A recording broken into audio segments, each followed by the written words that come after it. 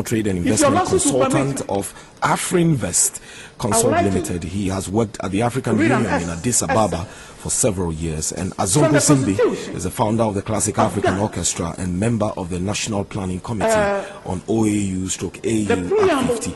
And they join us in the studio for us to look at the 50th anniversary celebrations of the African unity, Pan-Africanism and African Renaissance. Thank you very much. And you have a productive working day. Listeners, we have 15 minutes more to go for news at 10. I take you over to the Supreme Court for the election petition. Is it a motion? The motion in this court, the settled practice is that it's always supported by an affidavit, whether you are a lawyer or a non-lawyer. Your Lordship, I'm not a party in this matter. I'm coming as a friend of this court. Yeah, but you are coming by way of motion, and the motion should satisfy the rules of court, the existing practice. You can ask your colleagues. Yeah, I understand, Your Lordship. I think that if there is no affidavit in support, then you are out of court.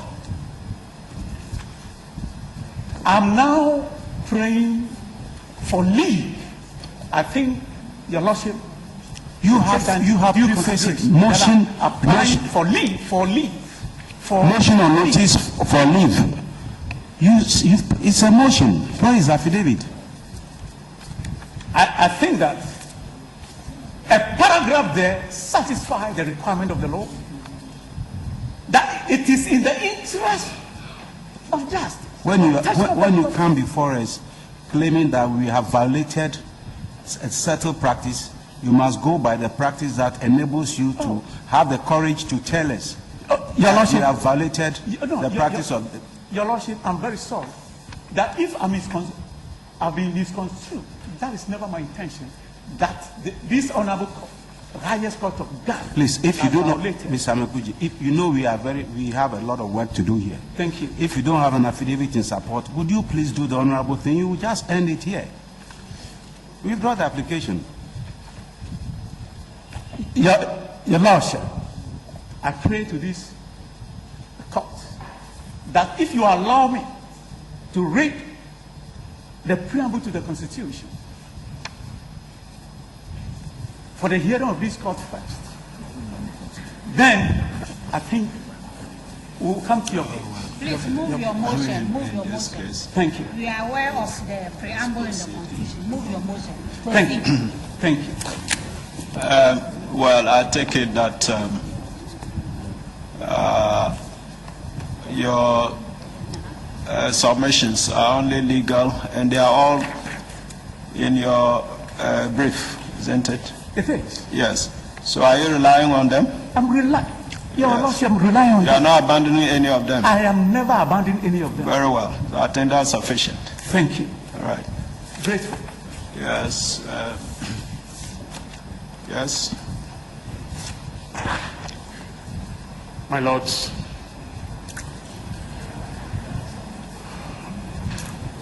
we do not think that this application is properly before the court.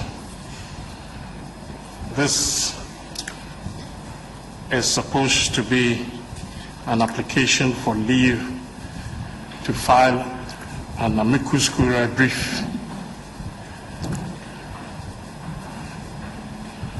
An amicus curiae brief is supposed to assist the court in determining a matter that is of public interest. In this instance, this application has been brought in support of the first respondent, and therefore it ceases to be an amicus curiae brief. It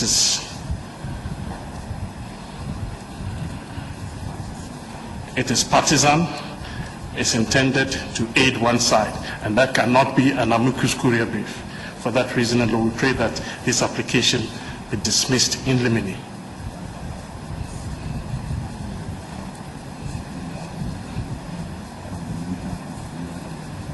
There are no facts to proceed on. There is no affidavit.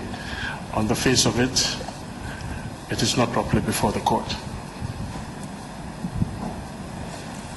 My Lord, for once I agree with my learned colleague on the other side. that the application be dismissed, not on the grounds that he alleges that it's partisan, but I think the rules ought to be followed.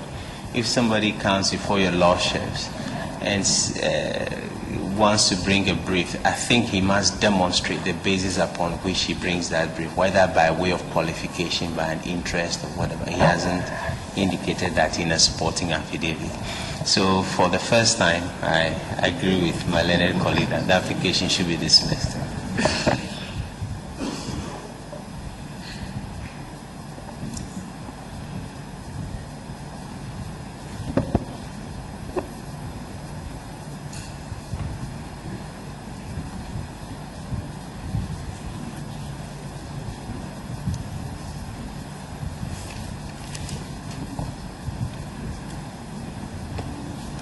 Yes. I know this is a rare occasion on which we are all unanimously agreed on this side that the application is not properly before your lordships.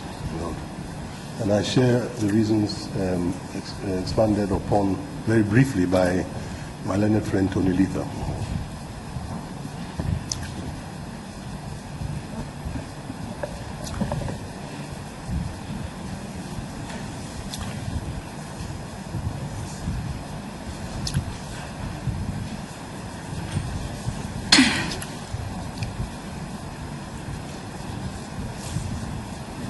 Yes. My Lord's, our view is that the application should be dismissed. My Lords, the first respondent is ably represented by counsel in this suit, and the issues that are being sought to be raised as amicus curiae issues are really issues that the first respondent is fully entitled to raise if he so wishes, and we do not see why an intermeddler should be allowed in these proceedings.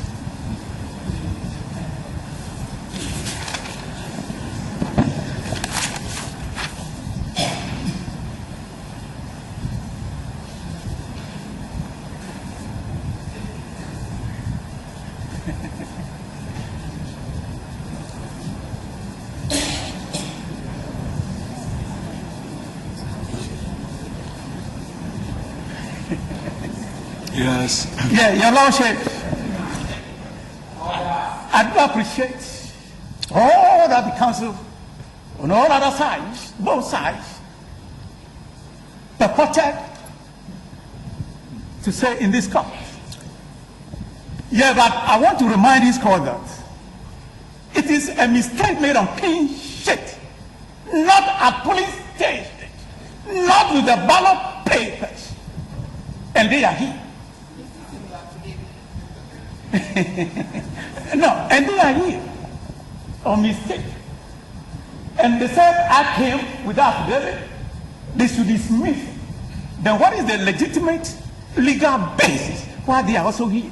When we all know that elections are not fought on clean sheet, a mere mistake, and somebody is just making a gesticulation of assumptions. Oh.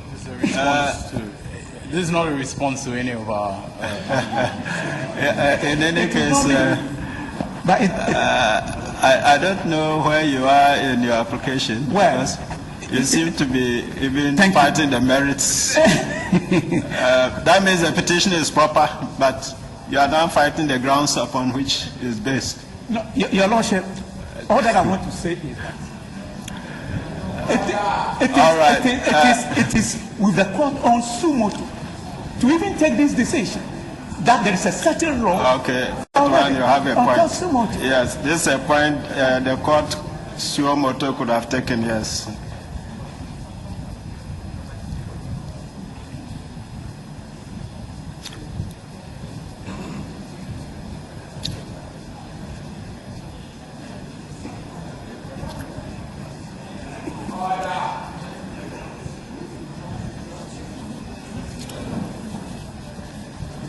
Okay. Of course.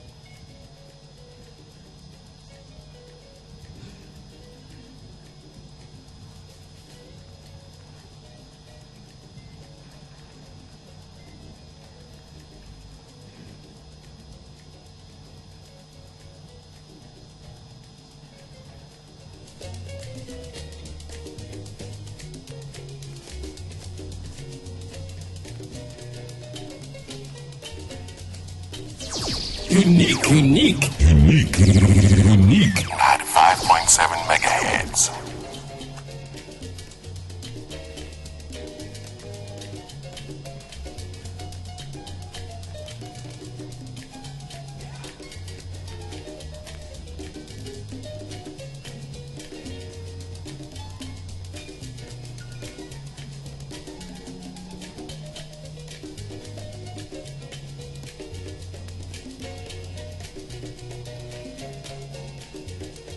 Take unique out and the rest are all the same.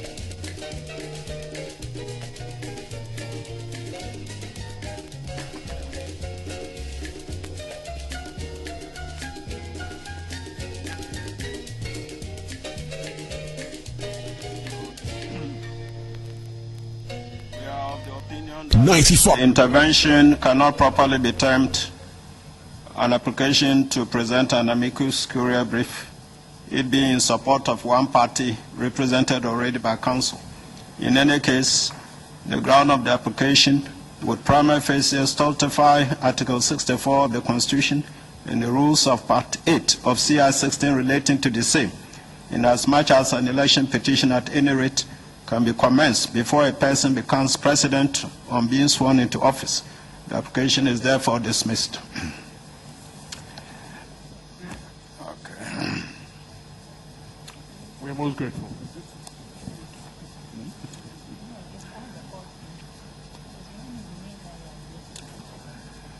Yes, can we now proceed in peace?